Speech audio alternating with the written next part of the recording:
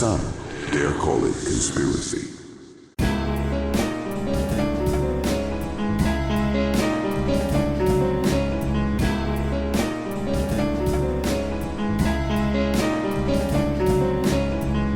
Welcome to Some Dare Call It Conspiracy with Brent Lee and Neil Sanders. Today, we're diving into the mind-bending theories and controversial beliefs of actor Terrence Howard, as revealed during his recent string of interviews on the Joe Rogan Experience. Making his return to our show is UK hip-hop and battle rap legend Tony D. Together, we'll delve into Howard's claims about a new mathematical system he calls Terryology, his thoughts on gravity, the periodic table, and even his assertion that the foundational principles of math and science are flawed. We'll also touch on the eccentricities of historical figures like Nikola Tesla, Howard's belief in conspiracy theories involving ancient aliens and DNA alteration, and his role in spreading misinformation about vaccines. Furthermore, we'll discuss the critical importance of fact-checking, the dangers of misinformation, and the societal consequences of rejecting established knowledge. Whether it's Howard's unique theories, Joe Rogan's controversial episodes, or the underlying reasons to why some people are drawn to conspiracy theories, this discussion promises to be both enlightening and entertaining.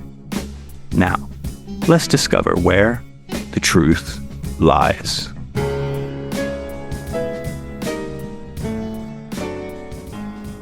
So, what was it? There was you had a bit in your body about something, Tony, didn't you? Like something was.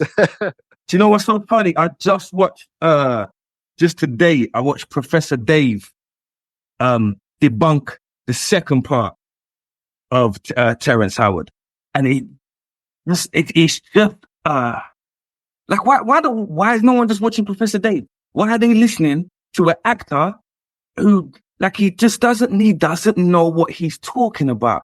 And I'm not even a mathematician. I'm so far away from that world. And even I can see that doesn't make sense. No. Those words don't go together in the context that you're using them. Like it's just, it's a weird situation, man. It's so, I don't know. I don't know how we got here and I don't know how we escaped. How do we get out? We have to figure out how we got here first, I guess. Well, this is it. For people that don't know, Terrence Howard went on Joe Rogan and he's decided that he's found a flaw in all of maths and therefore all of science.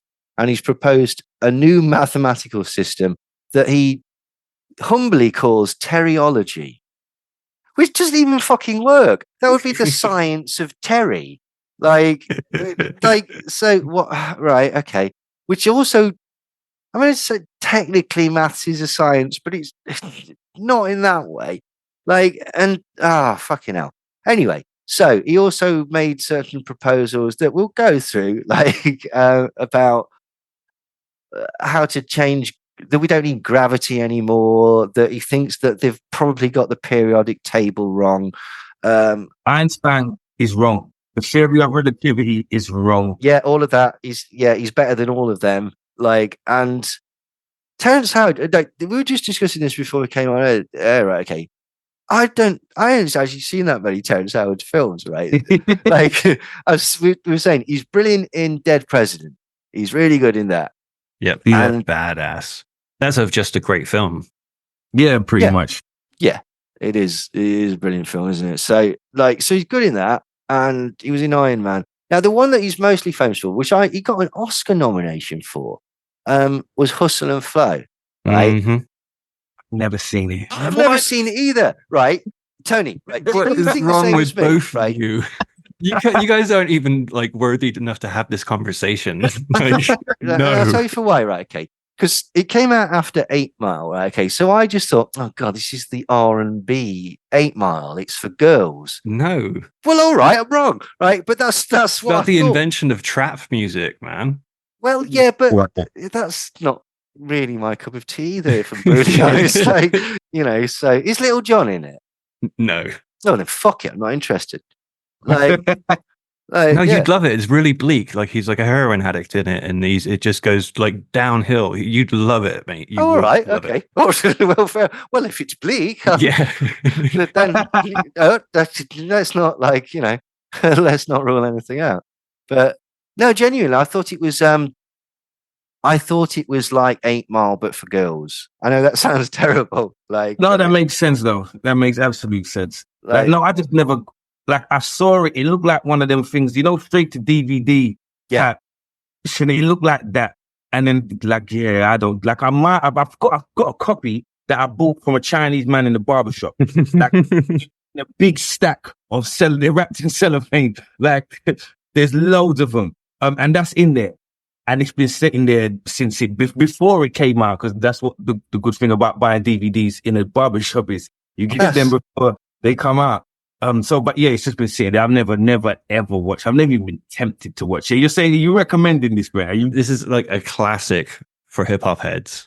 I'd have a little look. But still, he's not a mathematician, is he? No, he's certainly not a mathematician.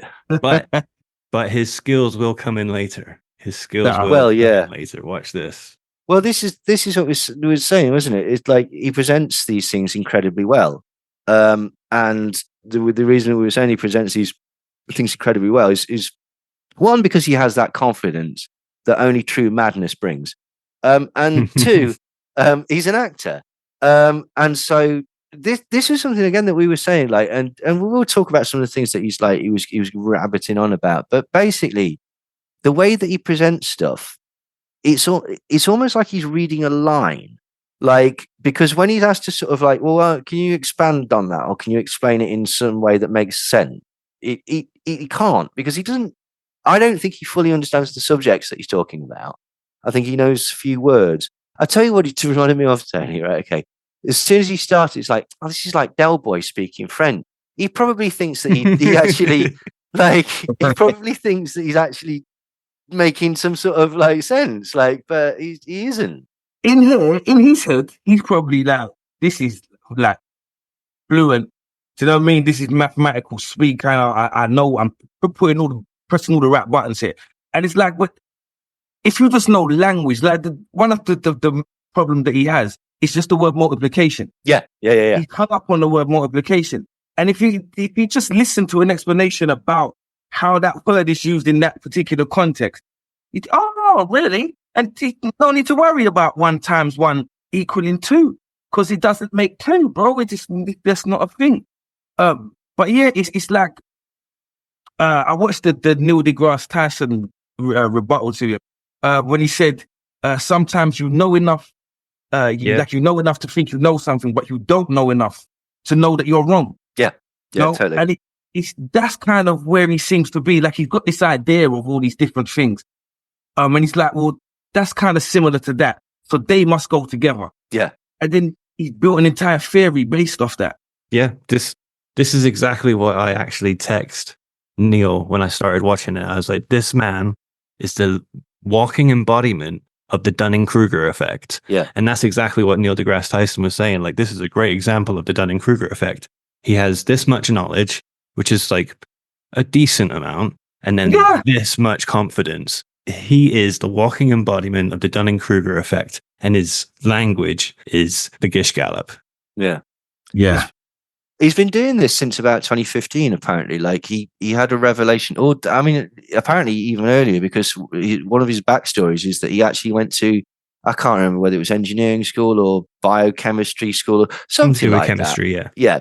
And he had a falling out with his teacher because what he says, and this is his beef, how can 1 times 1 equal 1? Because multiply means more. Like, go forth and multiply. Like, so he thinks that always it should grow in number.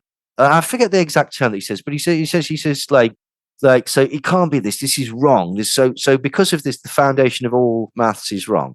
And to me, it reminds me of like the people who were like, oh, you do know that gravity is just a theory. Yeah, yeah. And it's like, okay, right. In sort of normal common parlance, when you'd be chatting to somebody, you might say, I have a theory. which means I think this might be how something happened. But that's not how theory works in the realm of science. Yeah. The concept of a theory, as in I think something might happen in the realm of science, is called a hypothesis. When it's called a theory, this means because we've tested everything and we know, and it's repeatable, and we understand the parameters of that force or molecule or principle or whatever. So that it becomes the theory. So the theory of gravity, or whatever. That it doesn't. Yeah. It's to do with how language works. There was a very similar thing during COVID, where people sent a freedom of information request to loads of different people, mostly to the wrong people, which is the stupid thing, but saying, can you send us an example of a virus, COVID or any virus, isolated? But we don't mean isolated in the term of science, which means to grow it, culture it on some cells and make it be sort of passed on to something else. They meant isolated in the sense of nothing around it, it not attached to anything, not in any fluid, not in oxygen. Yeah. And it's like, There you go. I've caught it for you. I've isolated it. But that's not possible any more than it is to make music without some sort of an instrument or device. Does that mean that music doesn't exist because you need a speaker to hear it? No, it doesn't. And in the same way, this is how hucksters and twats basically use language in a way to either trick people into thinking that they've come up with something very, very, very clever, or alternatively, they've genuinely misunderstood it and they think that they've come on something brilliant, which is why people need to actually listen to people that know what they're fucking talking about. And that's not us. That's experts, right? Okay, like, you know, people that have actually studied these things. 100%. Yeah, 100%. That's how, like, don't listen to me. Like I'm just telling you, there are people out there who really know how to do this stuff, and they'll explain it to you if you want. Like, you can find it. It's like you find it on the internet all the time, on Twitter or YouTube. Years ago, I saw someone, they asked a question on YouTube. Somebody said, they answered them, and the answer was, you could just Google it. And then he responded back, I'm not going to do all that. YouTube had to wait 3 months for the response just to say, like, I'm not, it's how, I don't know.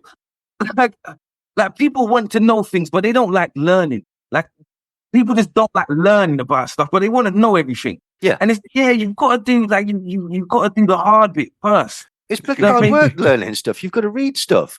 And the most crushing thing about learning things is reading something, spending maybe a whole day reading something, and then at the end of it going, yep, that was fucking useless. Right, but at least I've eliminated that, and so now I can read this. It's bloody hard, and people want stuff instantaneously, and they don't necessarily want to learn. This is going to sound a bit elitist, but they don't necessarily want to learn. Actually, no, it's not, because I'm the same. They don't want to learn. They just want to know. Do you know what I mean? And often you could take that even further. They don't want to know. They just want to know the argument that supports their position. Yeah. And that's completely natural. That's evolution. Yeah. All right. We want to know things quickly because our survival depends on it. So being able to transfer knowledge really quickly to tell people a specific thing, that's what you need. That's what you want.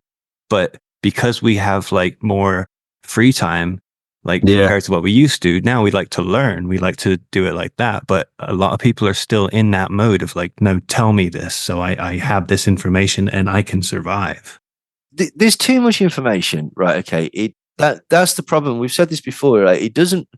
It's quite difficult to actually sort of sift through all the shit, because it doesn't matter what side of the argument is, you'll find somebody that will support that, and you'll find some documentation or some sort of website or some film or something that also supports that notion, even if it's completely wrong. So sifting through information and not just coming to the first thing that you find and going, oh, no, fair enough, that's it, is difficult. The thing that got me that really more than anything annoyed me about the Terrence Howard thing was, and it wasn't I don't care if a nutter goes on there and talks shit on Joe Rogan. That's what happens on Joe Rogan. That's standard. Yeah, and I was slightly annoyed that Joe Rogan didn't give more pushback because I think that was a bit irresponsible of him. He was bamboozled. For once, Joe Rogan was speechless, and he just kept going, "Okay." Well, this is the thing. I think Joe Rogan was one of those things where it's like, this sounds like shit, but if it's not, and I push back on this, I'm going to look really stupid. And furthermore, I don't fully understand what you're saying anyway. So, and I can't really check any of this. Like, or a lot of it was stuff that I've made Saturn. Oh, okay. Yeah. Right. Right. Good. Thanks. Great. And I didn't have to rely on gravity for it. What does that mean? I don't What know. does that mean? I made Saturn without gravity. Where did you make Saturn? I think he meant he made it he made a model of it on the computer without inputting the gravity data for it. Maybe that's what I'm trying to think. I'm trying to read it in good faith here, what he's saying. But what I want to know is how the computer that made that model of Saturn worked, because it was based on the erroneous idea that 1 × 1 = 1. That's the bit there. That part there. The cameras, the studio you're sitting in, the camera, everything that is being broadcast by the internet, all of these things are predicated on 1 × 1 = 1. Yeah. All of this stuff works because of that. And then you're sitting there like, no, it's wrong. Yep. You know what I was going to say? There's 2 points, right? Okay. The thing that Terrence Howard was sat around thinking like, I don't think anyone's ever really looked into this. Like, as if the people haven't spent the last fucking several thousand years poring over these things and studying them, and has anyone ever noticed that 1 × 1 shouldn't be 1? Yes, fucking children have. And then you explain it to them and they go, all right, and then they get on with the day. He made Saturn. It's like, well, I'm not, fuck off, I'm going to make Saturn and prove you all wrong. Well, you saying that, we're going to have to rewind all the way back, because it wasn't just one day he thought, oh, maybe no one knows this. He's known this since he was in the womb. Oh, yeah. Don't worry. We'll get into that. That's where we need to start, because that's the beginning. Because the first time I watched this film or this interview, I cut it off at that point. I didn't make it 3 minutes. I thought, wicked, I'm going to get... That was early. That was very early. Yeah. I was like, wicked, Terrence Howard's on there. That should be cool. Hopefully he'll talk about his acting career and all that sort of stuff. This will be great. It's 3 minutes in. Yeah. I remember being in the womb at 6 months old. I was like, goodbye. I ain't got time for this today. The thing that got me, just before we get into it, because this is the thing that I think really annoyed you as well, Tony, was that loads of people went, 1 × 1 must equal, I forget whether it says it's 2 or 3. I can't even remember. Is it 2? 1 × 1 = 2, yeah. Right, okay. And a huge amount of people went, yeah, that makes sense. It's like, no, it fucking doesn't make sense. Yeah. And it doesn't make sense to you either. Okay, you go and apply that. Go and use that in another situation. Right, okay. In fact, lend me 1 5 and the other 1 5 and the other 1 5. Come on. What's wrong with you? That's what I was thinking. I wanted to get my weed from him. Yeah. Weed business is doing really badly. I don't know why. I don't understand. We've got 1 × 1 all in the back. It's just, I don't know where it's all going. Ridiculous. But yeah, and people saying stuff as well, this resonates with me, or this is the spiritual angle that's missing from science and maths. It's like, no, you silly sod, right? Because that's not where spirituality should be. In these cold, hard things that rely on repeatable data and facts and stuff like that. There's no room for emotion in maths. It's like 7 × 7 is 49, except on some days when I'm just not in the mood and it's 46. That would be chaos. I was feeling melancholy. Yeah. Oh, it's a melancholy 7 today. That would be absolute just ridiculous. But anyway, so Terrence Howard. So fucking hell, right? as Brent pointed out, he starts the show coming out swinging for the fucking fences by telling people that he can not only remember being in his mother's womb, but he can remember being born. And he knows that he can remember this because he teased his unborn son like people tease a cat. Yeah. That's the proof. The proof. That's proof. Fuck all. And that's the point. Where you turned off, I was shouting. I was shouting at YouTube. Like, that's not how it works. It doesn't work like that. Nothing like it. That's not how this works. No. So I'm mentioning it. I'm in the kitchen just, bro, that's it. It's not right. Yeah, that's But apparently we don't work like that. Well, I mean, according to Terrence Howard, it made his kid super smart because he was saying, and now my kid, I ask him this and I ask him this and I ask him this and he tells me the answer. And it was like mad stuff. He was like, I asked my kid about the unified field theory. It's like, fuck off. He can't even spell unified field theory.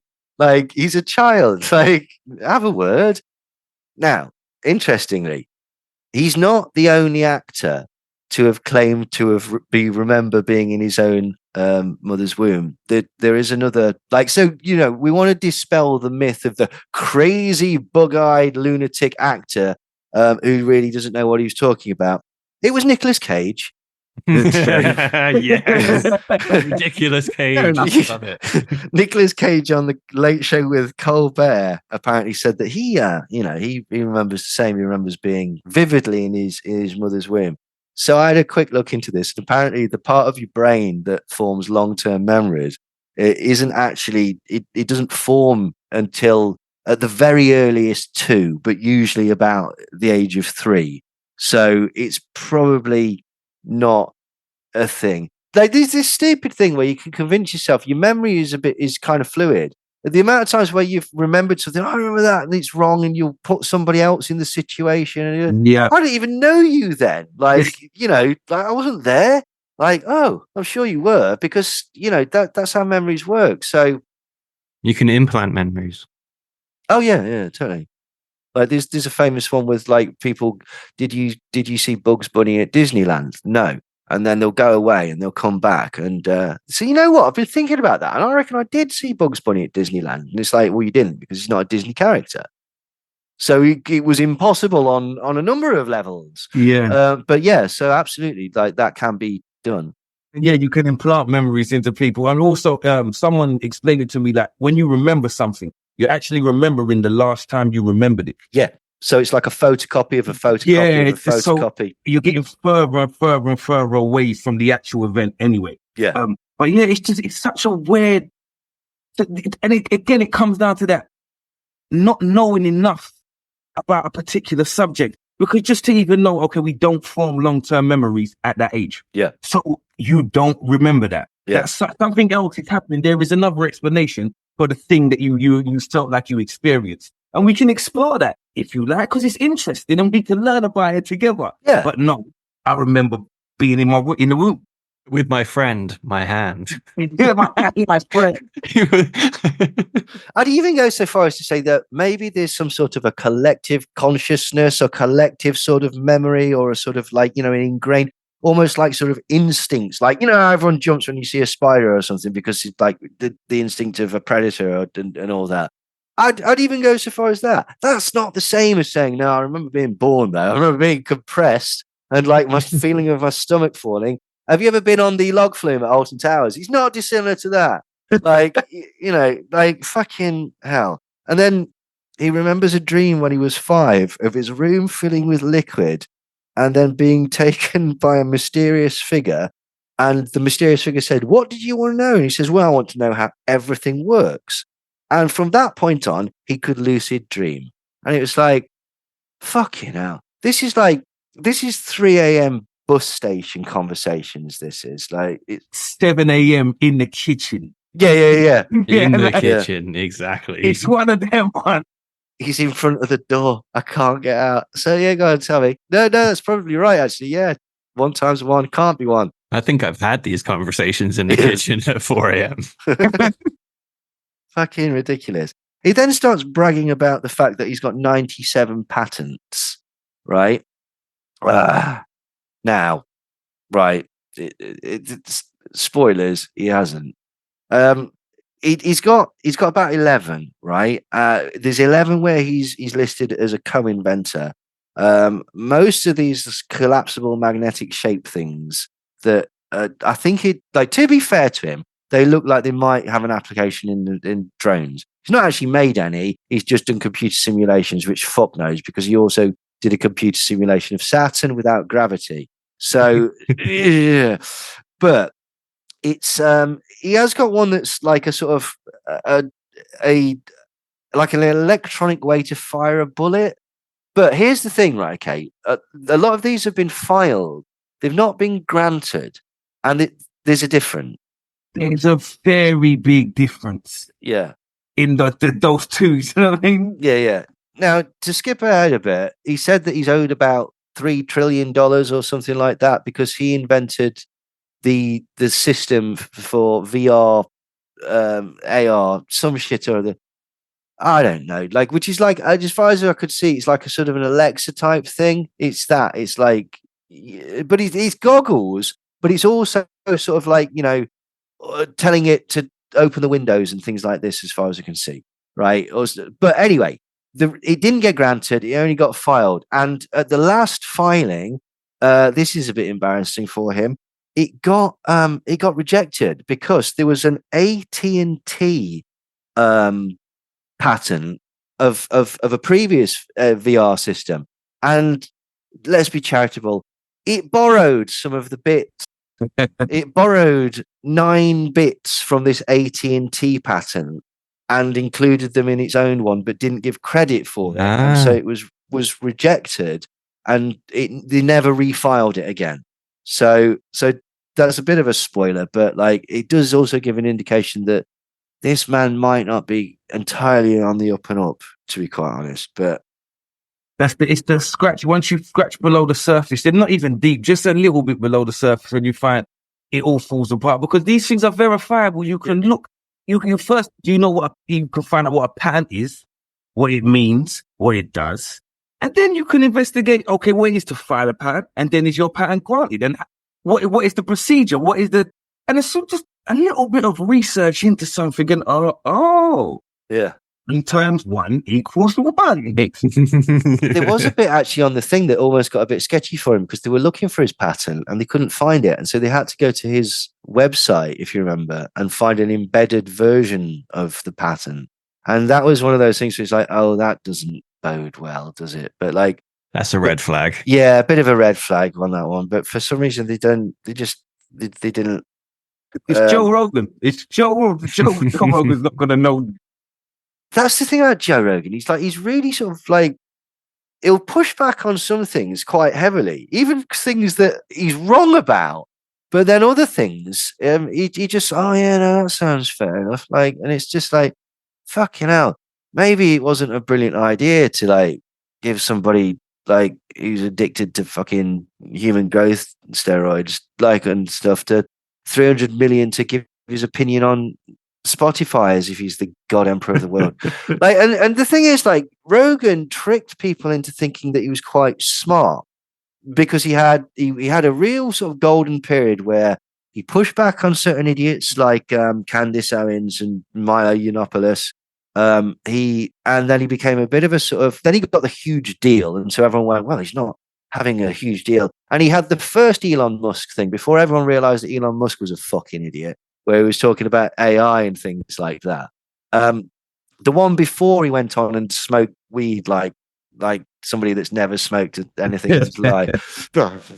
like he was tripping balls for the rest of that episode. Yeah. Well, he's a kethead, isn't he? Like, he's each to their own. Like, but yeah,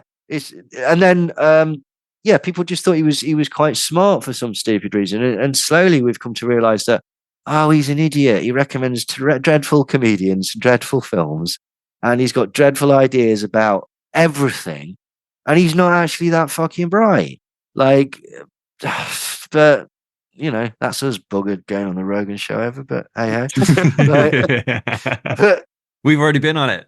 Yeah, we've technically been on it a bit, sort of. Oh, have you? No, sort of. Like when Graham Hancock was on, and he was arguing with a friend of ours, Flint Dibble. Shout out, Flint. He got really cross and said, "What the hell is this episode that you've done?" Flint Dibble talks about Graham Hancock's conspiracy lies, or what was the title? Ancient Civilizations, Graham Hancock and Conspiracy Theories, or something like that. And it was our podcast. It was us. It was some dare. Like, but he sadly didn't mention the name. But hey ho, like we were on it by default. It counts. Yeah, absolutely counts. So yeah, totally. Like, and so I shall stick that on my Tinder profile, as seen on Joe Rogan. Oh yeah. Anywho, so he then hits us with the bombshell that he'd figured all this stuff out, possibly due to this strange man that visited him in the dream. But he'd worked out the grand unified field theory as a child. He never really elaborates on this, although he does say that Einstein was wrong. And I can't remember exactly what he said that he was wrong for, because he didn't take into account, it was something stupid. It was the Michael Morrison experiment, the ether. That was it. Einstein didn't take into account the thing that doesn't exist. Yeah, which the Michael Morrison's fucking theory proved doesn't fucking exist. Yes. That was the thing that got me about it. In fact, he says it in these notes. He's like, it's a bit further on. He seems to think that it was looking for the ether. It didn't find it, but he seems to think that it did. Like, and that was the thing. He was like, yeah, it was absolutely barking.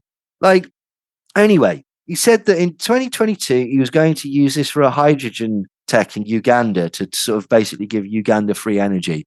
So he's kind of on his Akon trip there a bit. Like, but it didn't actually explain what was happening. But he's been doing this since 2015. That was when he first started ranting. I think it was at the Emmys. He started going on about about this on the red carpet. Yeah.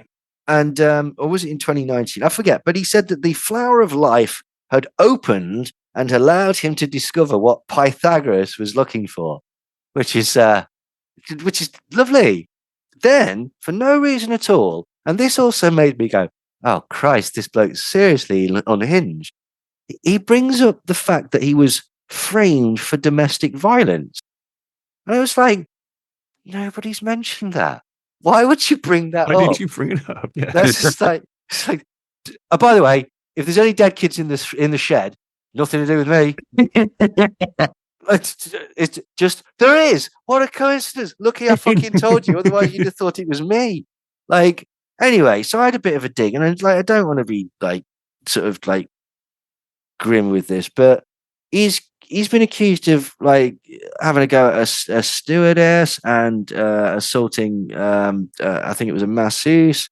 Two of his ex-wives have basically said that he was violent to them, and he's actually admitted that he slapped his second wife, but he said that he did this because she maced him. But he said this after years of saying that he didn't touch any of them.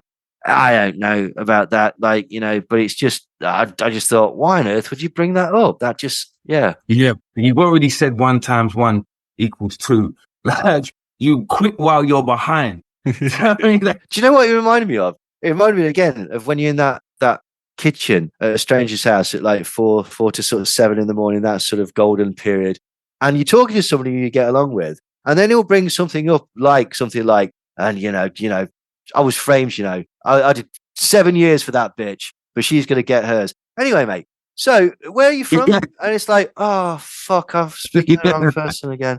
Like, no, I need to politely make my move backwards and just never take your eyes off of him. But yeah, he then goes into, this is incredible. He thinks that he wants to rebuild the periodic table because it doesn't take into account tone or color. At one point, this is astonishing. He says, when you look at the angle of incident, which is to do with how light hits, it refracts. Yes. Then what he goes on about color and tone, which is to do with visual color and visual light. He then mentions octaves, hertz, and the key of E, which is to do with sound and music. And it's like, that's fucking what the fuck are you on about? Like, that's like saying, could I have a kilo of dreams, please? Like, it doesn't work like that. Like it honestly. Like, but that wasn't the most.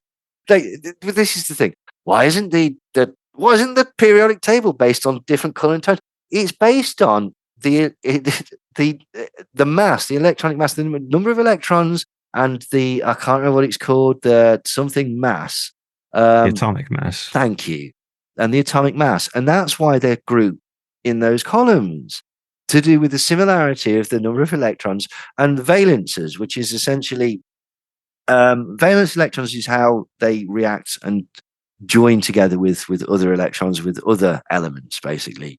But he says, well, the other thing that got on my tits was that he kept pronouncing it silicone, which is the thing that goes in tit. Yeah. Silicon is the element. Like, and it's like, oh, fuck, mate. This is, As well as you just said about how the periodic table is laid out, there's also another level to it, and that's the most amount of information in the smallest amount of space. Yeah. It's what they're trying to portray in the way that the chart is laid out. Well, I think he misunderstands what the fucking point of it is as well. He completely misunderstands it. But that's what I mean. Why you can research this stuff in the beginning, you can find out what does this stuff mean. What, like, let's learn it, because at one point he talked about the bisexual tones. Yeah. I think they're a ska band. Like, honestly, mate, I've got a little list here of some of the things that made me think that potentially this guy doesn't know what he's talking about. He says that based on the natural curve, carbon, silicon, and cobalt are all the same tone and color. And based on the natural curve, they all have the same tone, the same key of E. And you can turn color back into sound. If you keep dividing light by 2, you get back to audible sound. As you reach into the next carbon octave, and they call that a bisexual tone because carbon has a positive and a negative side. But to break water into its components, all you need to do is introduce valium or volumia or something. I can't read my own bloody writing here, but it's just like, this is the rantings of a fucking imbecile. No, hold on. Tony, you're a teacher. And a musician. Does this make sense? It's literal, it's insanity. It's a collection of words that are vague. Some of them are vaguely connected. Some have nothing to do with each other at all. And then it's just an ensemble. It's it's a Trump. It's how Trump speaks. Yeah. It's that saying, you said a lot of things there, and like I vaguely recognize them as words. Like they sound familiar, but in the order you've said them, they don't mean anything. It's wild. And then again, people in the comments are like, you're just not understanding them. You're not smart enough to get him. It's too deep for you. Like, bro, go to school. Just go to school, please. For me, just start again. Fucking absolutely right. Like then he brings out, what was his name? Russell. What's his bloody name? Russell T. Williams, was it? No, that's a comedian, isn't it? William Russell. Yeah, that's Russell T. Doesn't he write Doctor Who? Anyway, so William Russell, he brings out William Russell's, and a huge amount of his understanding is based on William Russell's periodic table, which is all in things and stuff like that. Do you know where William Russell got the idea for that? That not through experimentation. He got it through dreams and visions. And later on, Terrence Howard brings up his other idea that the where planets come from, which was also where Russell, that suns give birth to planets. He poops. He said the word poops. He did. The same way. He said the sun poops planets. Yeah. And at that point, I thought, this man's not serious, surely. It took you that long? Well, no. I think that was like about an hour and 45 minutes in, wasn't it? Good God. It was so but here's the thing, right? Okay. The Russell periodic table, you know the reason that we don't use it? Because it doesn't fucking work. It made certain, and again, I don't understand chemistry enough to explain this properly. The thing about the periodic table is apparently you can make predictions with it about how certain things will react and about what would be needed to create further elements or to discover further elements. And since then, we've discovered the things. This is one of the Bob Lazar things.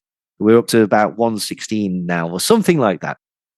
it doesn't work when you use the Russell thing. It gets certain things wrong even for the time and that it came out, and it just doesn't work as a useful scientific tool. Mostly, as I say, because it came to him through dreams. Right now, here's the other stupid thing as well. When he says, "Oh, we know that suns gave birth to planets because we can track the rate at which planets are moving away from the sun, and they're moving at a constant drift." He got that from Russell as well. And Russell, can you believe that? Also got that from a dream. Like, which is just blows my fucking mind. It's like, are you serious? Like then we get into one of my favorite things. It is him proving that there is no straight lines in nature, and that all shape are somehow some part of some massive plot, because they used the flower of life in order to make shapes, but rather than go on the wobbly curvy bits, they just went down. They made a straight line, and it's like, oh, where the fuck do you even begin with such nonsense? Like, apparently, right? Okay, do you know why there's no straight lines in nature? Right, it's because of what the concept of what a straight line actually is. Right, a straight line, if it can only be tiny, because the second that it has any width to it or depth to it at all, it technically becomes a rectangle. So it's not a line, it's a shape. And so the idea that it's very rare to have perfect straight lines in nature and stuff like that. Okay. It's not impossible. In fact, he later shows fucking Saturn with a hexagon on the top that is like which apparently he doesn't believe in because shapes don't exist or some shit or other. Like, he then goes, magnets compress and electricity comes out of the sun and out of the equator, and he says that he knows more than Einstein, and he's confused because magnetic force attracts, but the word magnify actually means expand or increase.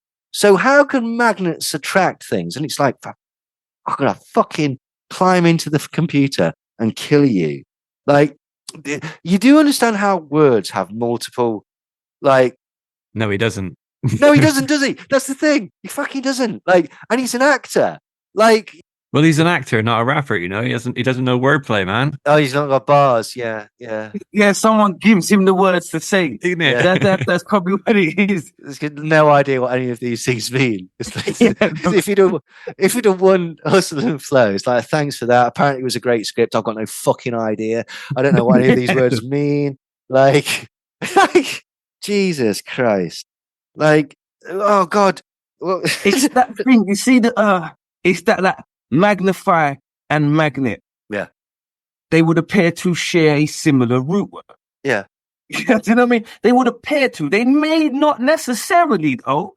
But just all you've got to do is look at the word, investigate it. The information is there for you to discover. Yeah. Instead of just saying that's like that, when it's not the same thing. Like, mind blown. Like, no, bro. There's a process to these things. You can fight. You can just discover stuff. It's just what he's done is he's gone set, like in tennis, like in where a badger lives. Badgers play tennis. Yeah. That's it. That's literally what he's done. It's like, no. It's, well, look. I mean, look. Do you want me to show you my equations? No, mate. It says 1 × 1 = fucking 2 on there. Like, it's wrong. He then starts going on about it. If opposites attract, then hot air and cold air would seek each other out. And hot water, he knows that opposites don't attract because hot water and cold water move away from each other. And at that point, I was like, how the fuck do you cool a bath then, you prat? Exactly. Like, I was like, have you ever used a faucet, mate? Honestly, it's ridiculous. Like, he then says something about that the universe is expanding, but... Right. He says that the universe is expanding, but because you breathe in and then breathe out, he doesn't believe that the universe is infinite because of this. Because in order to be able to breathe in and out, remember he's talking about lungs, not the universe. But anyway, right? there must be an edge to it. And he says that basically, so what the fuck happens then? And it's like, and you know what's really stupid about this is that, like, this is actually a thing. He uses this to say that the Big Bang couldn't have happened because if you take the principle of lungs breathing, there has to be a reaction or whatever. And it's like, yeah, but you do understand that the universe isn't lungs, right? And because that's a major like thing that you need to get over if you get to use that as a comparison. But also, that is a theory. Big Crunch theory is a thing.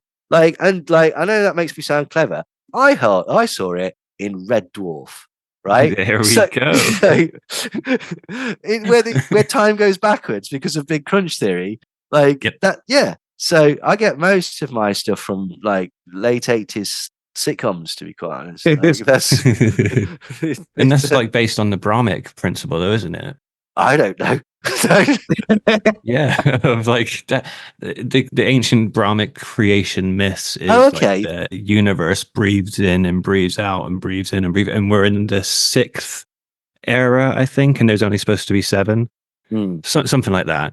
But are we going to mention the moment where he says here that you can't breathe in twice? Yeah, he does say that, doesn't he? And it's like, right. I don't know whether you used to do this, but like particularly at school when you were all sharing a spliff, like try and breathe in as many times as you fucking can. Apparently that never happened because it's not possible. And it's like, right, okay. Like, I mean, I kind of know what this is the thing, right? Okay, because you can only fill the lungs once, and then you have to. But he's not said that. He said you can only breathe in once, and it's like, yeah, and this is the thing, because there's that tiny, tiny, tiny bit of like, okay, I kind of see what he's saying. People give the fucking benefit of the doubt and basically go, oh, maybe he's not just an absolute moron. But like, what does he say? He then goes on to say, he brings up the Michelson-Morley experiment that we've talked about, and he seems to he says they were misled by Newton. And it's like, oh, for fuck's sake. What do you mean? Like, what on earth do you mean? Like, and what's so, as we said, the Michelson-Morley experiment, they were trying to prove the existence of this hidden thing called the ether. And some people go, well, that's dark matter. It's like, no, it's not. It's a completely different thing. Like, my understanding is it was kind of almost spiritual. The ether is, I think it's where the ghosts live. Because at one time, they were trying to use the guy who invented the fucking the tube thing that goes in the back of televisions. He was trying to see faces in the ether, and like Arthur Conan Doyle and various other people who were actually fairly respectable at the time actually thought that this was a thing. Anyway, turns out it wasn't a thing, and but he seems to think that it is.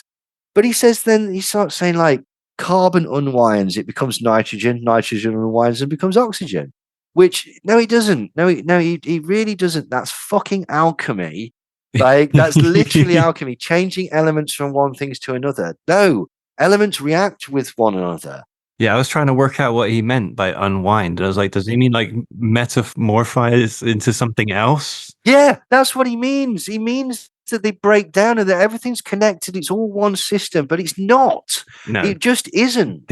Like not in the sense that he's saying. Basically. He then lies and says that Einstein said on his deathbed that he should have read more Walter Russell, who's the guy that came up with these things he dreamed. So I got a bit pissed off about this. So I spent a fucking good long time trying to find the source of this quote. And the source of this appears to be some bloke on Twitter. What, Terrence Howard? No, it was just some other fucking guy that like basically says on his deathbed, Albert Einstein said you should listen to more Walter Russell. It's like, who gives a fuck what he says on his deathbed? The bloke he was dying. Like, do you know the crazy shit people say when they're dying and the DMT starts fucking pouring in? Like, do you know what I mean? Like, fucking hell. Like, honestly. That described this whole thing though. You see, like it's just some guy on Twitter. It used to just be a guy in a pub. Yeah. He's in a pub. Yeah. Right? Bloke in the pub said it. Nah, but we've got social media. And the geezer in the pub is everywhere. He's just in your face constantly with people just agree with him. Like they link up for all the different geezers from all the different pubs and just link up. And it's just a tidal wave of stupidity. It's and because there's a platform for it, and people are like, well, I should be allowed to share my opinion. You should be allowed to share your opinion, but it's worthless. It's fucking worthless. And like social media has convinced people that it is actually two things. One, well, if you've got an opinion, I should have opinion. No, not necessarily. Right. And two, that basically that they're actually right or they know anything. And it's like, no, you don't fucking know anything. Like you're just shouting into the ether like a twat, which by the way doesn't exist. Yeah. Like but then he comes up with something marvelous, right? Okay.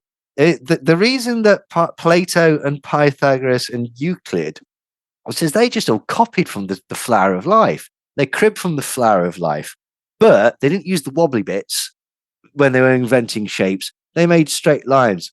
And Joe asks him why, and he says, because they thought that the earth was flat. And at that point, I went, no, they fucking didn't, you fucking idiot. No, they absolutely... In fact, people like Plato and Pythagoras were actually some of the people who were proving that it was a sphere and that came up with the fucking mathematics that was required in order to prove this. Like, Jesus fucking Christ.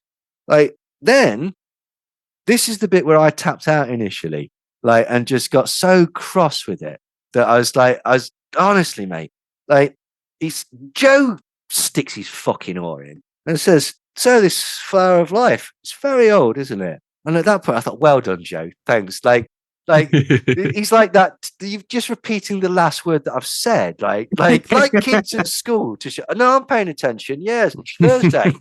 Thursday is what you said. Like, it's like, oh, for fucking hell. Then he says, right, and this wound me up so much. Terrence Howard says that the flower of life is the oldest symbol known to man. And it's like, I don't know whether anyone's seen the fucking flower of life, but it's made up of, I can't remember whether it's 19 or 64 circles. Right, okay. You know, circles would have had to come before the flower of life. So you think so? So what got me is like, that's the first ever symbol, is it? Isn't that a bit complicated? Aren't you like, aiming a bit high? That's like, my toddler son painted the Sistine Chapel, but then regressed to doing finger painting. Oh, he's quite good at cats. Like, I mean, they aren't real cats, obviously, but is that what he thinks happened? And again, as Tony pointed out, it's made of circles. What the fuck do you think they have? Do you think they back-engineered the circle like a fucking Roswell crash? Like, shit, we can use these. Like, oh, amazing. Like, like, if we could put 4 of these on some sort of conveyance, wow. Like, astonishing. Thank you, Flower of Life. I gotta come in though. Mate, I was well into all this Flower of Life shit back in the day. Like, what does it mean? I don't know. I was bamboozled too, but I thought, yeah, this is the shit. Drunvalo Melchizedek, you know what you're talking about, man. Right. Oh, fair enough. No. Honestly. It was kind of like the I don't know, creation was encoded in this symbol. And like you could see like when a cell divides and splits and then creates life, and that's like kind of the circles. Like if you imagine the flower of life in 3D, yeah, like that's cells splitting. So just shit like that. They'd show you those sorts of things, and you're like, oh yeah, that looks really cool. That seems like it must make sense. This is the secret to the universe. Yeah. It's all that this symbolism is this, and this is the sacred mother and the divine, and blah blah blah. And it's like, okay, right, okay. When it boils down to it, though, how can I use any of this? I thought that about this entire interview. How is it going to change my life? What does any of this mean? Nothing. Like, fucking nothing. Oh, he was going to obliterate the world at one point. Yeah, he got cross, didn't he? And decided, like, I very nearly destroyed the entire fucking planet. That would affect us. Yeah, absolutely. We destroy the world. Halfway through, this mouse with an incredibly big head walks out and goes, come on, Pinky. Back to the lab. Like, fuck's sake. He then starts, before he starts talking about his shapes between shapes, which is the space between bubbles on the flower of life, which is like, who gives a fuck? Who literally gives a fuck? He sent a 36-page treatise on the basis of 1 × 1 = 2 to Neil deGrasse Tyson. And also in it, he was saying how much he likes Walter Russell and Victor Schauberger and Tesla.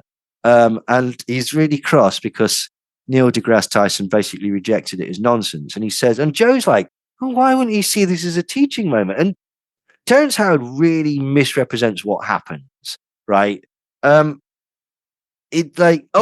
that at that point, his alarm goes off for his detox supplements because he's got to remove parasites and balance his metals. It's like, this is the point where I knew it was going to go wrong. I was like, oh, he's not just a bit weird. There's some other shit coming, I bet. Yeah, well, he's on the train, man. He's on the train. Definitely. Neil deGrasse Tyson's response to this 36-page treatise is a masterclass in politely cunting somebody off. Like he says, this is an ambitious work that is a clear indication of a restless, active mind. Within the pages, however, are many assumptions and statements that are underinformed, misinformed, or simply false, therefore compromising and nullifying many of the subsequent conclusions you have drawn. And it's like what happened was he sent this thing and actually Neil deGrasse Tyson went through it and with a red pen corrected all these sort of errors and then sent it back to him and said, I'd like to talk to you further about this, but you're not coming on my fucking show to tell the world that 1 × 1 = 2 because it just doesn't. So, and then he says something ridiculous. He's like, he says a number of ridiculous things. He says, you can't put the egg cannot come before the chicken. The chicken has to be there. And it's like, no, that's not true. Like, in fact, this is one of this. What came first, the chicken or the egg? The egg, we know. Like, if you looked at evolutionary biology, reptiles and all sorts of fucking stuff used eggs before chickens, right? And so he's got that wrong. Like, then he claims that he's worked out the ground unified field theory and that he's better than Giordano Bruno because Giordano Bruno used straight lines. And it's like, oh, for God's sake. Also, somebody pointed out that Giordano Bruno was around in a time before the concept of fields was even a thing. Faraday apparently came up with the concept of fields. So Giordano Bruno never even looked at the concept of grand unified field theory because a field wasn't even a scientific concept at the time that he was looking at whatever he was looking at. Giordano Bruno was a fantastic, brilliant Christian mystic, who was martyred by the church essentially for having certain outrageous beliefs actually about God, and that one of his things was that you can get to know God without the church. They killed him for this. Yeah. But fun fact, the English version of that name is Gordon Brown. Is it? Oh, Illuminati confirmed. It's got to be something, hasn't it? Like, fuck. No way. He then starts talking about his shit about the sun giving birth to the earth, which is nonsense. And then he accuses they of watching him. And what was it they keep going on about? It's just that he keeps trying to they keep trying to turn off his phone because his knowledge would destroy capitalism and the system of education. Yeah. The second part's right. Yeah, absolutely.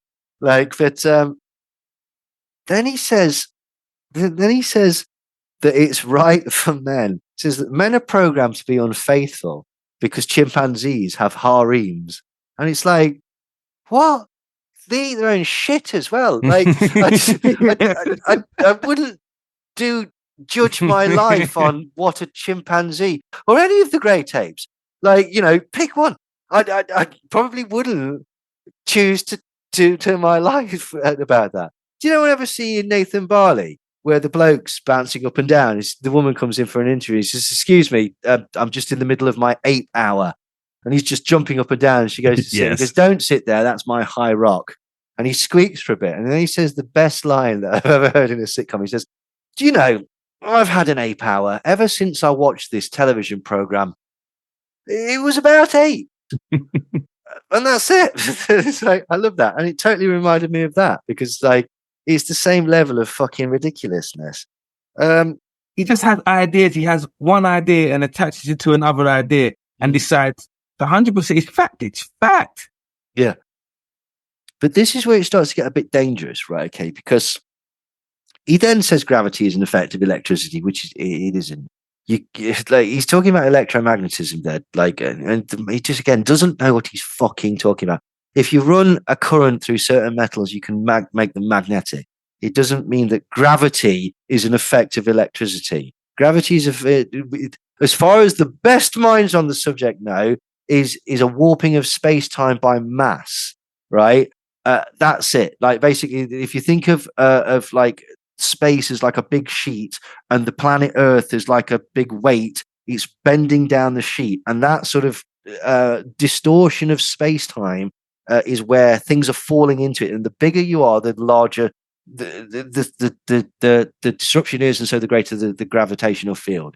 And I've completely butchered that, but it's better than fucking Terrence Howard. Like, no, but this is where it gets really dangerous, right? Okay, because like then Joe Rogan and Terrence Howard start getting into really ridiculous anti-vax stuff, and they just flat out lie. They lie that certain like ivermectin was withheld from the public. It wasn't. He just simply doesn't work for COVID.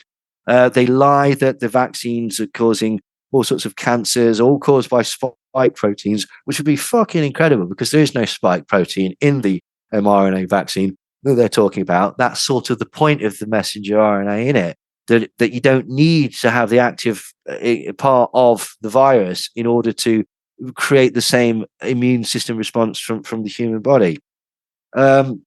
He also calls them gene therapy and talks the spike proteins go into the DNA, the lymph nodes, the arteries and the bones and the ovaries. And it's like, no, they fucking don't.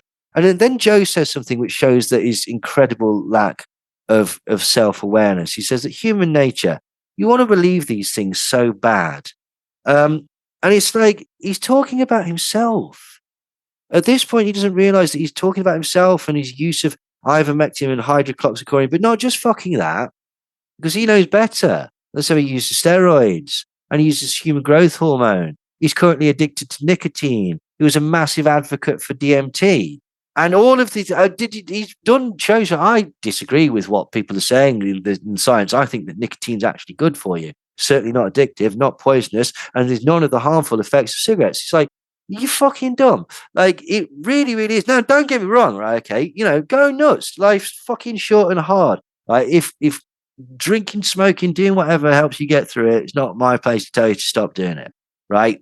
But he's just fucking lying to himself. And then they take it further. There are multiple studies. I've nearly left you a voice message for this as well, Brent. Like, it says there are multiple studies that show that the vax is incredibly harmful. But when it showed that result, they didn't release those studies, which fucking raises the question, well, how have you fucking seen them then, you twat? Like, you haven't seen them because they don't exist, which is why you've had to make them up and be so vague rather than citing the fucking evidence. Oh, and then he says that they suppressed ivermectin, which is bullshit because he fucking took ivermectin. What they didn't do was prescribe it to deal with COVID. Why? Because it doesn't fucking work. It doesn't work. Like, it's so ridiculous. Like, Joe then says something which is really dangerous as well. But ivermectin has been shown to kill viruses in vitro. And it's like, well, no, to be fair, it has in vitro, but that means in test tube environment. That is the very first step of an experiment. When they actually do it to in vivo, which is in a living subject, a rat, a mouse, even a human being, they found that it showed nothing. It was just rubbish. It didn't help at all. Then they rep up Jay Bhattacharya and say that he was silenced, which he wasn't silenced. He was actually part of the Great Barrington Declaration, which was a ridiculous document that was financed by Coke Industries and other members of the oil industry and oil refinery industry that recommended herd immunity. And what it recommended was locking up all the vulnerable people until everybody achieved herd immunity, and this became like the common cold. And I can already see the cogs whirring in your brain, Tony. Like, the problem with that is that those people who are incredibly vulnerable to it, they never get an immunity to this, which then becomes rampant and everyone else is used to. So that means that those people, the second that they're let out, will die. Will die. Okay. Instantly. Yeah, absolutely. But not just them. all the people that were helping treat them and look after them, and probably their family and potentially some of their friends that didn't want to be separated from them. So what the Great Barrington Declaration basically said was, we could kill loads of people, and that would mean that you could still go to work. Yeah? How's about that? Do you like that? It's win-win, isn't You like it? that, don't you? You like that. Like, but the thing is, right, again, this is a genuine thing, right, that people don't talk about, that this is a conspiracy that's real. Great Barrington Declaration, the recommendations of J. Bhattacharya, the recommendations of Carol Sikora, Sunita Gupta, Carl Hennigan, and various other people, they were actually influenced by three places actually. One, the UK Nudge Unit, the behavioral science insight, was actually telling people not to listen to the government and to try to go for herd immunity. Why? Because of another place that came from the government, the HM Treasury, who realized that they really did not want to spend that much money on furlough and stuff like that.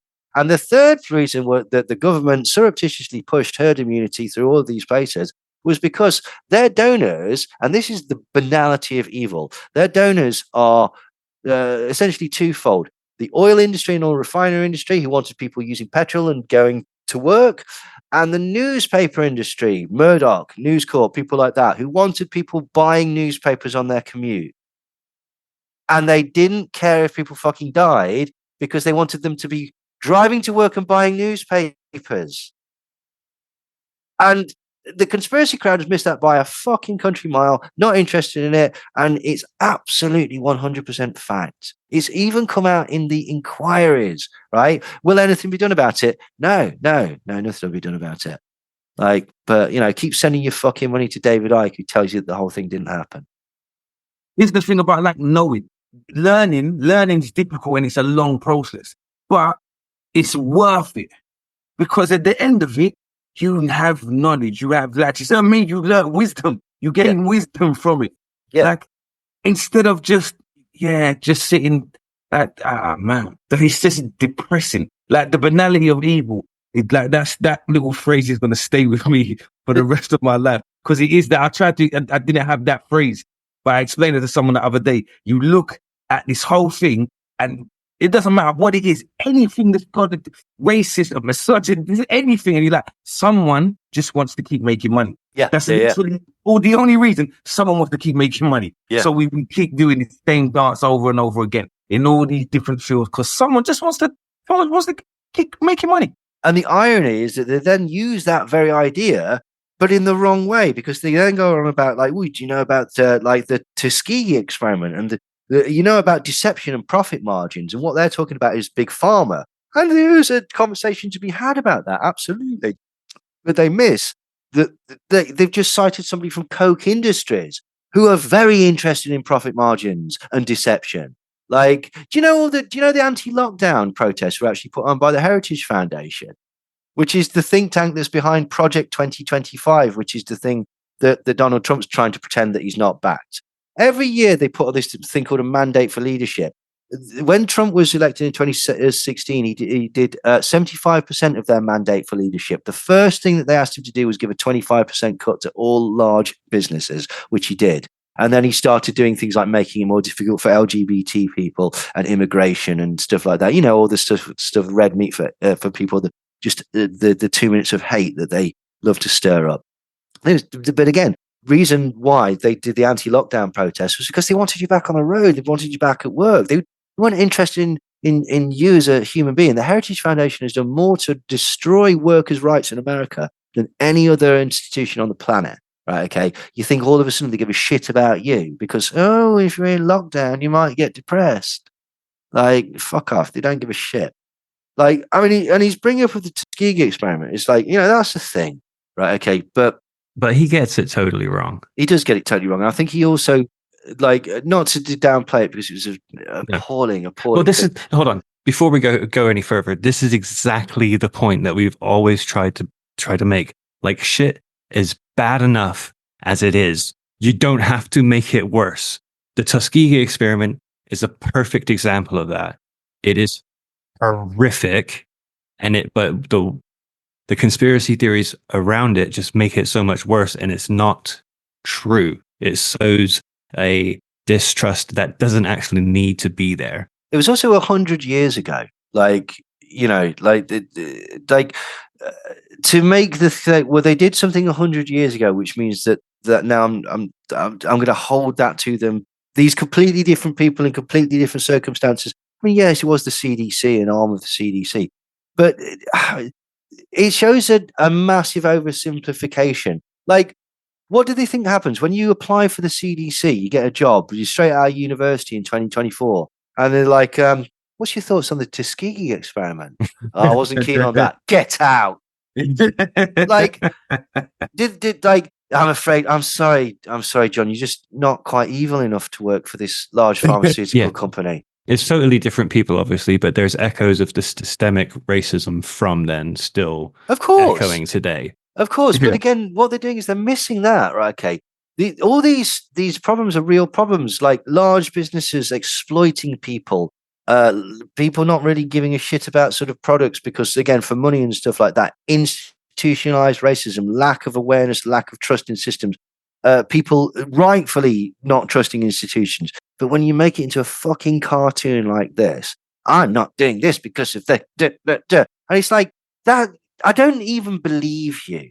I don't believe you. You're using that as a fucking excuse, right? What you're saying is, I'm a bit wary about this vaccine for whatever reason, blah, blah. Perfectly okay. That's your right. But what you're doing in many ways is exploiting the death of hundreds of black people by saying, the reason that I don't want to take this vaccine is because they killed some black people in Tuskegee 100 years ago. That's not true at all. Like that's just not true. And that's kind of offensive actually as well, using that as a sort of like as a way to justify your action. Because it's just not why you're doing it at all, really. But like, you know, people have got to do. Then he says something else that really got on my fucking nerves. Animals have never eradicated another species. And I said this to my mate, right? Okay, and my initial response was, well, tell that to all the red squirrels, right? Okay, because like, you know, that's why there's no red squirrels, because grey squirrels. But then my mate pointed out, it's like, so what happened to all the fucking animals that have existed since the dawn of time that didn't make it through evolution? Some other animal caused their destruction, because there were animals that existed and then didn't exist before human beings. I was like, yeah, that's a fair point, actually. Like that's even better than my red squirrels one. Like, but yeah, and it's like this again. It ties into this fucking idea that nature's all in harmony and stuff like that. I'm on this fucking channel on Twitter called Animals Fucking Dying, and I'm on the same. Oh my Jesus. God, I'm on the same page. The thing, wild. The thing that gets me is how. The only way you can describe wildebeests as they're being eaten to death and their guts are hanging out. They've got a face on them that's really nonplussed, like somebody's just stood on their shoe on the subway. And they're like, oh, this is beyond the pale. You're eating my guts out. It's like, Jesus Christ. Nature is not. There's this myth, right? Okay, as well, that if it's natural, it's good. They use it in advertising. Oh, nature, blah, blah, blah. And it's like, several things, right? Okay, like scorpions are natural, dog shit's natural. Do you want to spread that on your fucking toast, or do you want to spread jam on your toast? Because snake venom. Yeah, exactly. Jam is not found naturally in nature, right? Okay, but it's fine. You know, it'll be fine. It's fine. It's just jam. Like fucking this idea that everything in nature is in perfect balance and harmony, and it's all like, it's such a silly concept. Like they fucking. There was this woman I was on Twitter, just this storm, this chimp like petting a dog, and this woman went, "Oh fuck, I work with chimps, and I'm telling you, I would not let a puppy anywhere near a fucking chimp." Like, they are brutal, man. They can be, yeah. Like, you know, they'll hunt down, kill, and rape monkeys just for the sheer intellectual thrill of it. Like, nature is fucked up. Like, but you know, again, it's not far off of man. Yeah. Like quite, you know, like, but this idea that it's just, dear. Then he goes on about he's rebuilding the planet Saturn and killing gravity, and that the universe is finite because if you throw a pebble in a pond and then you throw another pebble, the waves will bounce against each other, which means that anything, it doesn't even make sense. It doesn't even make any sense. Like, I was waiting for this. Even it's just as you say it, it's not a pebble in a pond, is it? No. Just like just the idea. It's not a pebble in a pond. So like your analogy, like you need to find a better analogy to describe what it is that you want to explain, because it's not a pebble in a pond. It's not, is it? And again, these are things that actually have been discussed by people. He just doesn't know about it. He then says, and this was another thing that was just like, oh, for fuck's sake. He says that dark matter doesn't exist because they can't show that it doesn't exist. So because nobody's ever seen it. He then goes on to describe the ether, which nobody's ever seen. And he describes the Michelson-Morley experiment that failed to show the existence of ether, as if that proves that dark matter doesn't exist. But you know, the other thing as well is he skips from one thing to another so fast because he doesn't really know what he's fucking talking about. And you can't pin him down. You won't be able to pin him down because he'll just deflect and bounce on to another part. Oh yeah, well the beast, because that's like the supersymmetry of, and he just drawing for other different technical phrases that he can. And just scurrying away with them. Just bullshit. What do you call it? A gish gallop? Yeah, gish gallop. Yeah. Yeah, he just spewing untold amounts of nonsense. Yeah. Do you think something that might not have helped this process is the fact that he is a famous actor who probably has a lot of yes men around him? Of course. If he was fucking Terrence Howard who worked in the fucking Sainsbury's down the road, you'd just walk on the other side of the street. But instead he gets to go on Rogan and infect the not world even that, but just like his entourage, like his group of people that he's hanging around with. Like, well, they just like, oh yeah, Terrence, you're so smart. That's exactly it. It's like, I'm getting this Michael Jackson vibe, you know, where no one wanted to say, hold on, dude, I think that's a bit weird, you know. I think you're wrong here. Like, he needs a friend like that, you know. He's an intelligent, someone who actually knows math and science. Like, it's all well and good to sit there and like spew it out, and everyone, but how much math do you know? Do you know what I mean? Like, you could baffle me with it if it just wasn't for the language side of things. Like, there's parts of his language that doesn't make sense. I know that doesn't make sense. That's not how words work.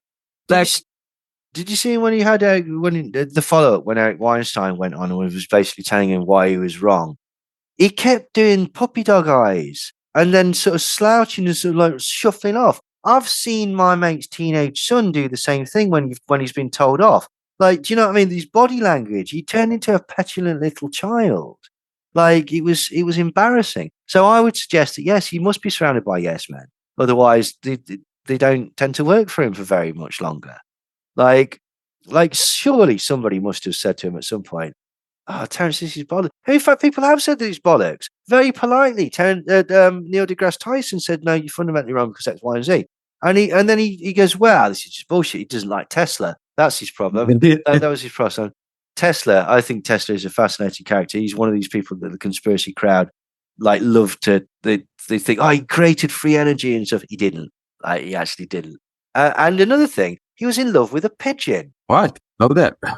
Yeah, he used to write in his diary love letters to this one particular pigeon. I think he was in New York, and they used to go and he wanted to be romantically involved with this pigeon, but he was shy, so he never made his feelings yeah, no, come on, shyness is an affliction. How crippling sad you have got to be when all he needed was a pocket full of breadcrumbs. Exactly, this is it. No game. Like, he didn't even need game. He didn't have to speak. Like, just the handful of breadcrumbs. How did he recognize the pigeon? I'm intrigued now. I fucking don't know. Like, I mean, he was also terrified of the number 13. Like, he was a strange cat, was Tesla. Like, he did some things that were incredible, but he has a huge amount of stuff like applied onto him that, like, to the point where in that film, The Prestige, where he's played by David Bowie, he invents a machine that clones people, and everyone goes, "Oh, that's a fairly legitimate plot point." As if today, that's a brilliant film, but every time it gets to that point, it's like, is that it? That's the twist. He was cloning people. Okay, I mean, because it's not a thing, is it? Like, it's not Maybe a that's thing who people are tuned into. They're tuned into Bowie's version of Tesla. of Yeah, Tesla. yeah, I think That's they why are. they think he can do these amazing things. Yeah, potentially. That's what they think he is. But yeah, so we're on the final run. He then starts talking about, he says, as above, so below, the truth will set you for free, and there is no death. And it's like, well, somebody's read some David Icke. Right? And it's like, so that was almost like conspiracy hippie bingo at that point. And then the final sort of stretch that he talks about, he starts mentioning the Anunnaki and how they've altered human DNA and stuff Love it. like that. Love it. Yeah. There's a fundamental flaw with his theory of the Anunnaki. I'm not sure whether to spill this or not, because I'll tell you, right, bleep it out in the thing, because you will find out in our coming deep dive series, Ancient Aliens. But we'll tell you, Tony, right? It's based on this idea of but Terrence Howard, he thinks that that's quite the thing. So yeah. You know what? I used to read. Have you heard of Malachi Zed York? Yeah. So I used to read when I was in school, like about age 11, 12. We used to share these Holy Tabernacle books around, and he used to talk about like a alien type. That's it. And he's on the same. This is just him now. This is Terrence. This is where he's stuff. Yeah. Malachi York was an interesting character, wasn't he? Like, didn't he eventually get thrown in prison for child sex acts? Yes, or something he like did. that? He Yeah. did. But he was like, Jay-Z bigs him up, Prodigy bigs him up. Like, Yeah, there's a lot of rappers. Like, that's what got me into it at that time. They used to hang outside Brixton selling the books. Oh, is it? Brixton train station. Did you ever used to watch like Sarnetta and the debates and like Know the Ledge and the pills, red and black, blue pill and stuff like that? No. These are guys that are on YouTube, and General Suta Seti and people like that. And I tell you, they were all connected with. That fucking guy. Oh, what's his bastard name that's just gone to prison? Oh God, he was on Vlad. Africa Bambaataa? No, not Africa Bambaataa. Fuck, this is gonna annoy me. I can see his face. He has several wives. He was a con man. He's just gone to prison for sexually abusing the daughter of one of his. Oh wow! Oh no, I don't know. What's his fucking I name? was about to say P. Diddy then. Hang on. Is he a rapper? No, he's like a sort of con man, and what's his fucking name? I can see his face, and it's gonna annoy me now. I'll message you later and let you know about this guy. Like, but yeah, they're all just fucking dodgy and cagey as hell, basically. So anyway, just because we mentioned this earlier, I've just found my notes for this. What happened with his VR AR device was that he received a 28-page response asking him to clean up imprecise language. And there were 19 claims within this patent application, apparently. And all of them were rejected because they were far too similar to a previous patent that was put out by AT&T. So that just gives you an indication that basically, potentially, Brother Polite, that's his fucking name. Him, yeah, I know him. Has he just gone to jail? Yeah. He turned out that he was sexually abusing the daughter of one of his wives.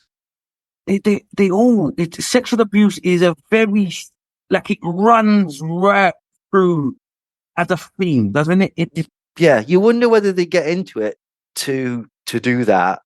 Do you know what I mean? Or whether the power goes to their head and they just think that basically they're entitled to everything. Yeah, right? it's more likely that. Yeah, but very yeah, well, yeah, but yeah, he's so it's this Terrence thing. It's disheartening. Yeah, like more than anything, to look in the comment section. And don't get me wrong, sometimes I'm filled with joy that there are people who are just pointing out like this is dumb. It's really, really stupid, and I need you to understand how stupid it is. But there's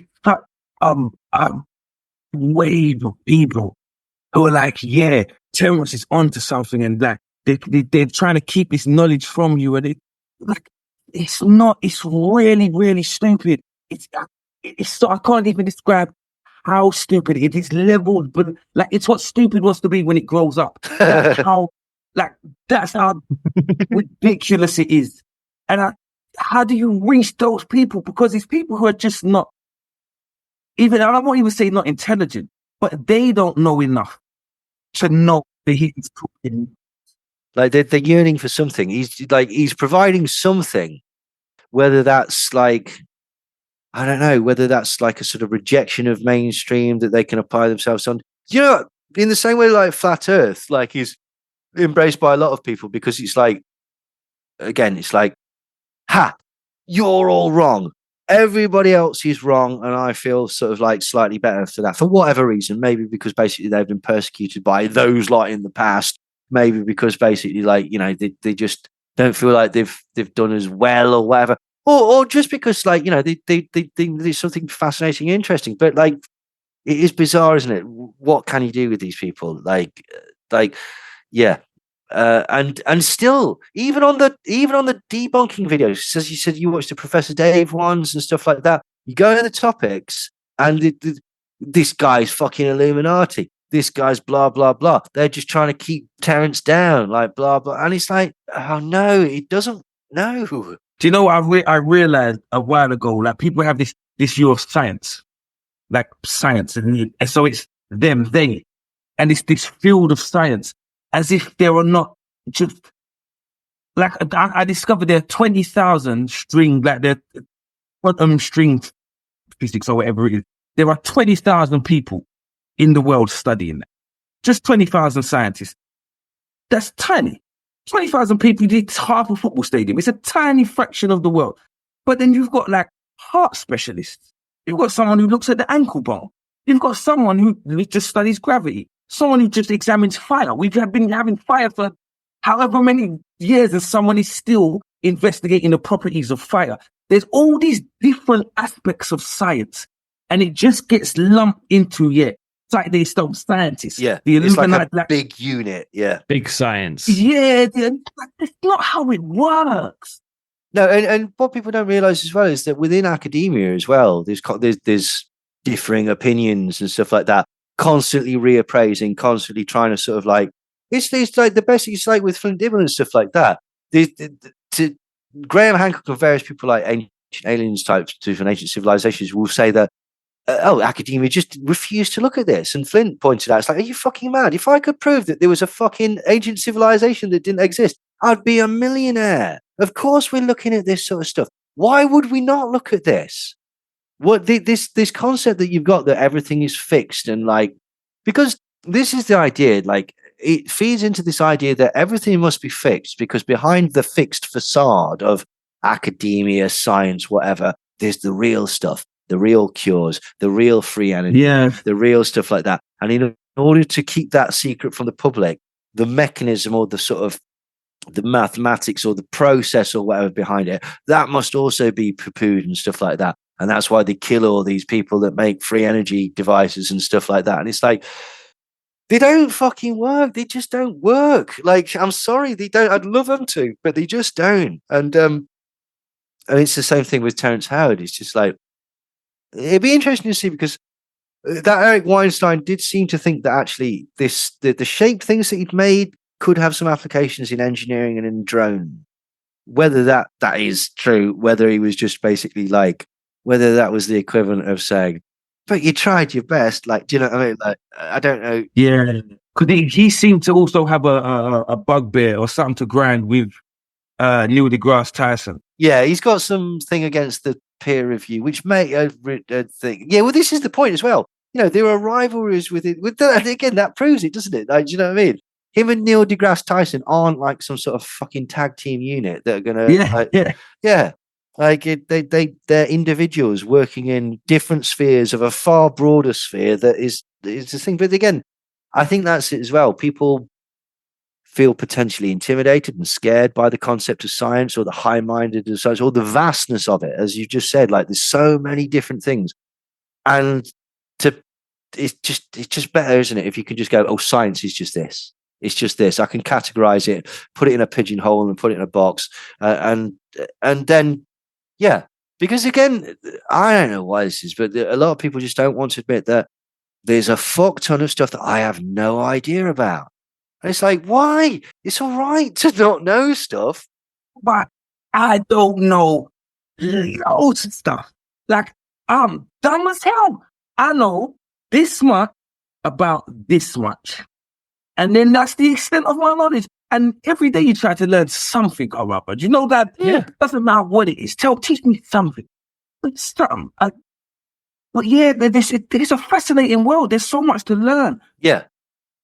But this is the thing, like, you know, that's the problem, isn't it? Because then sometimes when people do get this sort of yearning to learn, because that's why people like conspiracies and stuff like that, is because, you know, it gives you answers. It's a mystery. So they, like, you know, it's fun. It's exciting. You're finding stuff out.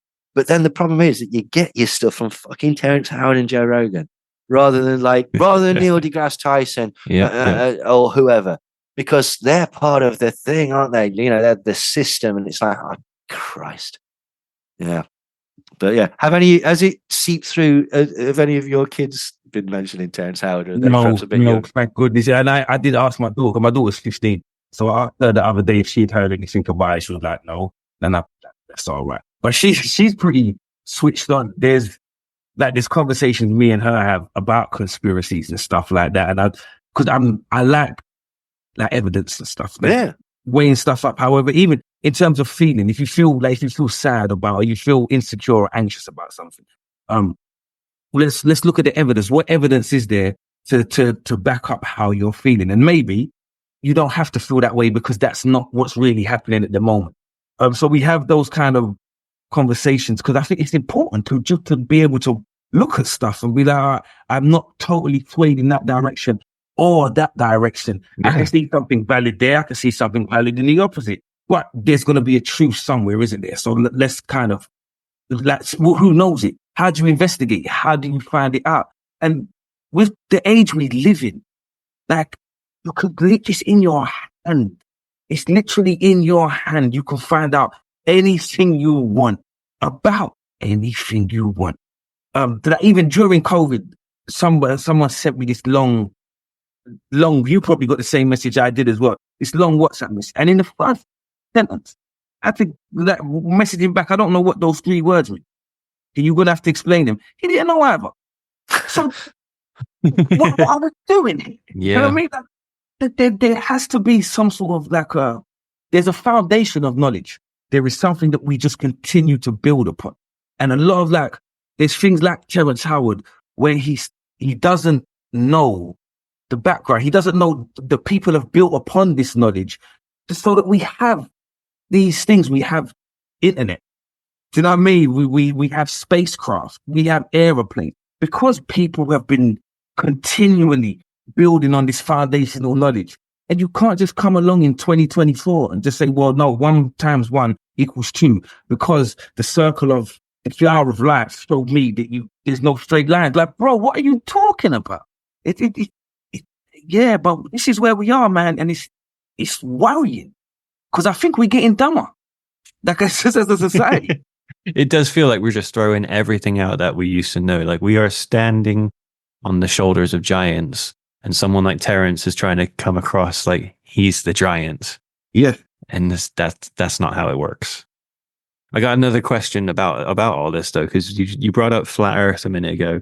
His talking about gravity, like that whole understanding of what he thinks gravity is or isn't, is a flat Earth argument. Oh, is he making the flat Earth argument? Right. Okay. That's their explanation for what gravity is or isn't. Oh, right. So cut that, coupled with the stuff that he was talking about the vaccines, about how they were supposed to, the government was trying to kill us and take us all out. They haven't been tried properly, which is bollocks. So cancers have gone up 300%. All this nonsense. And yeah, they're watching us through the laptop. They're trying to stop Jamie from actually bringing up the thing that we're talking about because he's a TI at the same time, so he's a targeted individual. Like, how long or how much more convincing does he need to become a flat earther from this? You know what I mean? It's like, you're not far away, man.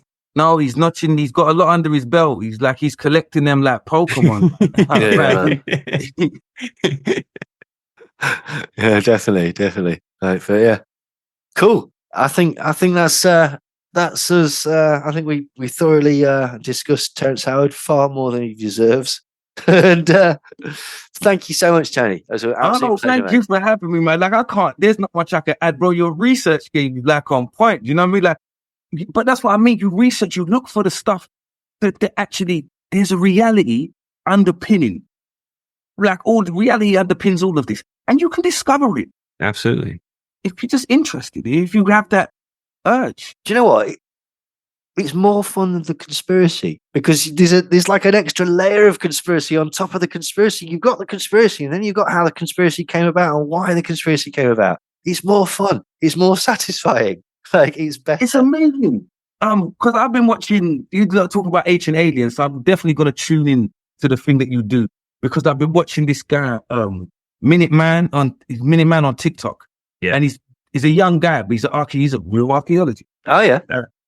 And he's got a 2-hour video just tearing this guy apart. Oh, nice. But just kind of explaining, like, there's no need to think like there's some outer space like humans did it. Humans, we were smart enough and clever enough to do that, to do it, and we should be just proud of that. And like, instead of they were just primitive people and they couldn't have possibly, it was aliens. It was like.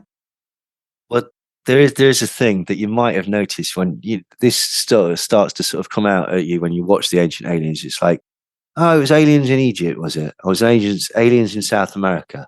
Oh, it was aliens in Canada, was it? And it was aliens in Arabia and India, was it? It wasn't aliens in Greece.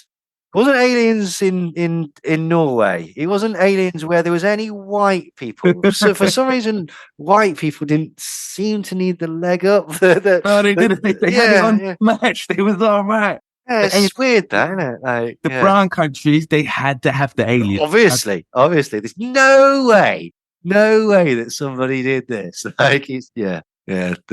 Well, but he's worth checking out this, because definitely. Doesn't just think that he's got a bunch of different archaeological finds that people have attributed to all these, and he just does deep dives into them. And just fuck! I hope he's not bad. Should have watched him before he did that. It's just again, but it's just the knowledge. Yeah, he went to school and he studied all of these. Do you know, like the people who say, the stars are not real, the planets are not real? Oh, fucking hell, yeah. If you go to school, there's these massive telescopes. Massive telescopes. They'll let you use one. Your first foray into science, though. Do you know, like, literally the scientific method? I think if I do this should happen. Yeah. It didn't happen. Yeah. Why? Yeah. Why didn't it happen? And there's that's where we open up into, do you know what I mean? And we discover these things. Instead of, no, it's a grand conspiracy, the earth is flat. And I've known it since I was in the womb. Yeah. Oh, ridiculous, man. Absolutely fucking mental.